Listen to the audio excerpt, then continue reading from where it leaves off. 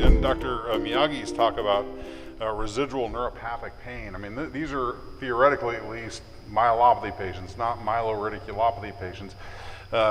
They reported a fairly significant amount of pain in the arms and the legs, and I was curious to see whether that was something that you guys see regularly.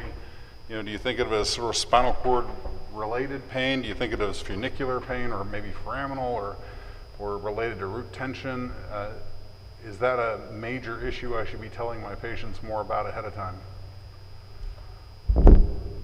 Well, I think that for me, that sort of falls along the line of myelopathy, right, in general. And I think that, you know, what was not at least clear to me in that talk is that how the neuropathic pain was defined as really truly neuropathic pain. Because if it is, I'm not surprised by it at all, but because it falls into the typical pattern we see in any, you know, spectrum of the myelopathy, whether it's weakness, sensory loss. So for me, neuropathic pain really comes from the intrinsic core pathology that the natural history of the disease isn't necessarily changed a whole lot by surgery in terms of future risk and persistence. I mean, myelopathy is just, it's a spinal cord injury. It's more chronic type spinal cord injury, and I think it's to be expected.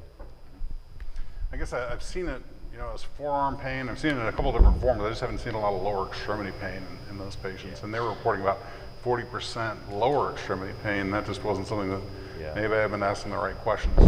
Yeah, I think a lot of patients get, a lot of these myelopathic patients have pretty bad spasticity, and if their GLA scores are pretty high, you know, they have really bad spasticity. They get pain in the lower extremity just from spasticity alone. But as you alluded to, I think upper extremity symptoms seems to be more prevalent than lower extremity symptoms in our general observation.